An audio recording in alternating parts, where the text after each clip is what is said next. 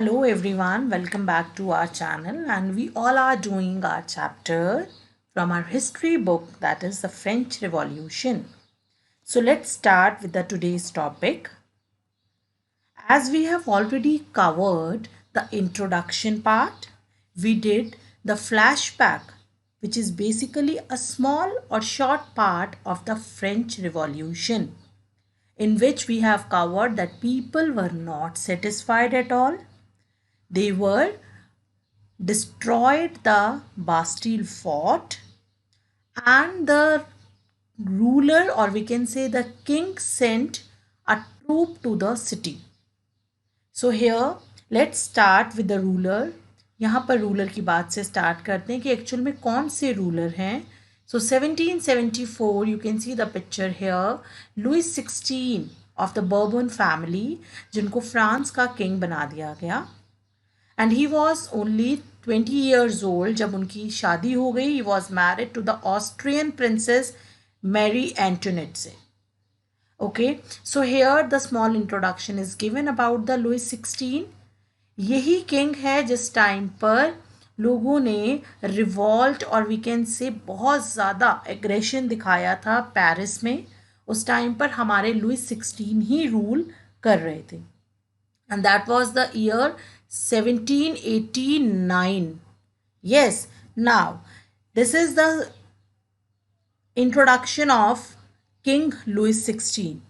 Now the next thing is that how the France society that time, कैसी society थी France में. So look at the second slide now. The French society during the late 18th century. तो French society 18th century में कैसी थी. 18th century का मतलब है we are talking about the 17 वाले ईयर्स. 1701 से स्टार्ट होंगे वो वाले ईयर्स 18th सेंचुरी की कैटेगरी में आते हैं. Okay, so here the society was totally the system जो एक फॉलो हो रहा था, that was feudal system. Feudal system चलता गया. कब तक चलता गया? जब तक रिवॉल्ट नहीं हुआ, बड़ा वाला रिवॉल्यूशन नहीं हुआ, यानी 1789 तक. जब हमने बात करी कि जब बहुत बड़ा पेरिस में लोगों ने 7,000 पीपल वर गैदर्ड देयर, तब तक ये सिस्टम चलता रहा 1789 तक. ठीक है. एंड इस सिस्टम में बेसिकली क्या था बच्चा? इस सिस्टम के अंदर the society was totally unequal. कहीं इक्वालिटी नहीं थी. कुछ लोगों के पास बहुत मनी थी, बाकी सब उनके अंडर आते थे. ओनली थोड़े से लोग जो थे वो प्रिविलेजेस को एंजॉय करते थे, बाकी सब एक बिल्कुल लोअर स्ट्राटा की तरह सरवाइव कर रहे थे. So here you can see the society was divided into 3 estates. 3 estates means 3 categories, you can say 3 levels, you can say. In Indian society, as we all know, हमने caste system पढ़ा हुआ है, and हमारी society भी अलग अलग levels पे divide थी. यस, एंड उससे क्या होता था? उससे बहुत ज़्यादा इनइक्वालिटी एग्जिस्ट होती थी सोसाइटी में. सिमिलरली फ्रांस में भी यही सब हुआ. The society was divided into 3 estate. Number 1 is clergy estate. Clergy में कौन से लोग आते थे? वो लोग जो चर्च की अथॉरिटीज़ जिनके पास थी, जो चर्च से कहीं ना कहीं रिलेट करते थे, उनके पास पावर थी. तो church people came under the category of clergy. ठीक है. उन्हीं के रिलेटिव्स वगैरह और जो चर्च को संभाल रहे हैं, मतलब ऑल द टेक केयर आप बोल सकते हो, या फिर प्रीस्ट होंगे, चर्च पीपल होंगे, जिनकी लैंड होगी, ये सब क्लर्जी कैटेगरी में आएंगे. That was the first estate of French society. Second one is nobility. Nobility का मतलब है कि जहाँ पर रूलर्स फैमिली आएंगी. रूलर्स मतलब किंग, किंग की फैमिली, उनके रिलेटिव्स, यानी रूलर फैमिली से रिलेटेड जो भी लोग होंगे. So these 2 estates were enjoyed the privileges and special provisions. ये लोग बिल्कुल स्पेशल वाले प्रोविजंस इंजॉय करते थे. And let's start our third estate. Third estate में बहुत सारे लोग हैं. You can see the big businessman, merchants, court officials, lawyers etcetera. इनकी नंबर कम है एज कंपेयर टू ये दो के कंपैरिजन में. Second, you can see peasants and artisans were also involved. Then the small peasants, landless, labor, servants. तो this picture is also symbolic कि आपको पता चल रहा है कि ये लोग कम है थर्ड स्टेट में, ये उससे थोड़ा सा ज़्यादा है, और सबसे ज़्यादा लोग थर्ड स्टेट में small pageants, landless, servants, poor strata वाले लोग ज़्यादा हैं in the third estate. So within the third estate some were poor but others, ऐसा भी नहीं है कि सारे पुअर हैं, some were rich and others poor, but majority किसकी है? पुअर की है, क्योंकि यहाँ पर पिक्चर बहुत क्लियरली मेंशन है. So this is the division जो फ्रेंच सोसाइटी में बहुत लॉन्ग पीरियड तक एग्जिस्ट करा. And now we can relate the flashback वाला स्टोरी कि रिवॉल्ट या फिर वो इतना बड़ा जो एग्रेशन था वो क्यों किया गया होगा. शायद this is one of the reason, because the society was divided into 3 categories. अब डिवाइड करने का मतलब सिर्फ डिवीजन नहीं है, ज़रूर कुछ ऐसे सिस्टम्स होंगे जो इनको फॉलो नहीं करने होते होंगे लेकिन थर्ड स्टेट विल फॉलो, या फिर इनको कुछ फॉलो करना है और फर्स्ट एंड सेकेंड को फॉलो नहीं करना है. यस, सो ये डिवीजन हम डिटेल में अभी और पढ़ेंगे. Okay, so but here the important thing is society was the part of the feudal system and French society was divided into 3 estate, that is clergy, nobility and the third estate where the businessman, peasants, artisans, small peasants, labor, landless जो इस category में आते थे. Yes, now the next thing is अभी हमने we have covered the king story, king कैसे कब अपने थ्रोन पे आते हैं, देन सोसाइटी का क्या कंडीशन था उस टाइम पे. Now the very very important thing, जब किंग को थ्रोन मिल जाता है और वो किंग बन जाते हैं लुई 16, तो one thing was happened here like empty treasure. Empty treasure means कि जब कोई भी राजा बनता है, कोई भी रूलर होता है, तो उसके पास एक अपना ट्रेजर आ जाता है, खजाना आता है, जिससे उसको अपनी पूरा रूलिंग एरिया पे रूल करना है, प्लस उसको अपने कुछ जो भी रॉयल खर्चे होंगे वो कंप्लीट करने हैं. यस, बट हुआ क्या, जिस टाइम पे लुई 16 को सीट मिलती है, वो किंग बनते हैं, he found an empty treasure. पूरा का पूरा खजाना, पूरा का पूरा treasure was an empty state.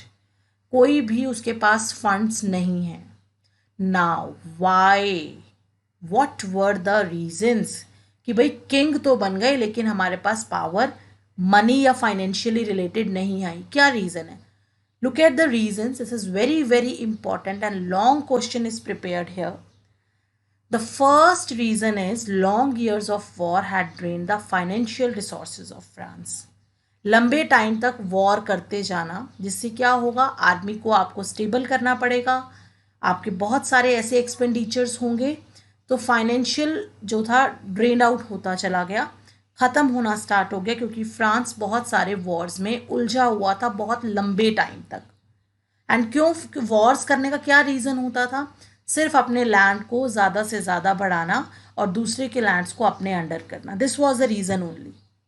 Now the second point, second कारण, अब सबसे इम्पॉर्टेंट चीज़ आती है, क्योंकि रॉयल पैलेसेस होंगे राजा के रहने के लिए, किंग्स के रहने के लिए, तो एक्स्ट्रावेगेंट कोर्ट जो कि एक इमेंस पैलेस था वर्सालीज में, दिस वाज द प्लेस जहाँ पे समझ लो आप रॉयल पैलेस है. अब उसको मेंटेन करने के लिए, उसको अच्छे से मेंटेनेंस के लिए कुछ चार्जेस चाहिए. ठीक है, उसको आप मेंटेन, ऐसे तो मेंटेन नहीं हो जाएगा. सो मेंटेनेंस एक एक्स्ट्रा कॉस्ट था. ये भी एक रीज़न रहा कि किंग को अपना ट्रेजर एम्प्टी मिला. Number 3 is under Louis 16 France ने क्या किया हुआ है, अमेरिकन कॉलोनीज यानी अमेरिका के ऐसे बहुत सारे 13 एरियाज थे जो किसके अंडर थे, ब्रिटेन के. लाइक हम लोग भी किसके अंडर थे, हम लोग ब्रिटिशर्स के अंडर थे ना, तो we were the colony of Britain. ठीक है, ऐसे ही अमेरिका के 13 एरियाज जो किसके अंडर थे, ब्रिटेन के. उसको इंडिपेंडेंस दिलाने के लिए फ्रांस ने बहुत हेल्प किया, और हेल्प के लिए जितना भी मनी जाना, आर्मी की हेल्प देना, ये भी एक रीज़न था कि लुई 16 को ट्रेजर एम्प्टी मिला। ओके, नेक्स्ट वन इज, अब इतना ज़्यादा हेल्प करेंगे, 13 एरियाज में हमारी सब कुछ पावर लगाई हुई है हमने कि किसी तरीके से वो ब्रिटेन से कहीं ना कहीं उनको फ्रीडम मिल जाए। तो उसके लिए more than a 50 billion livres to debt that had already risen to 2 billion livres।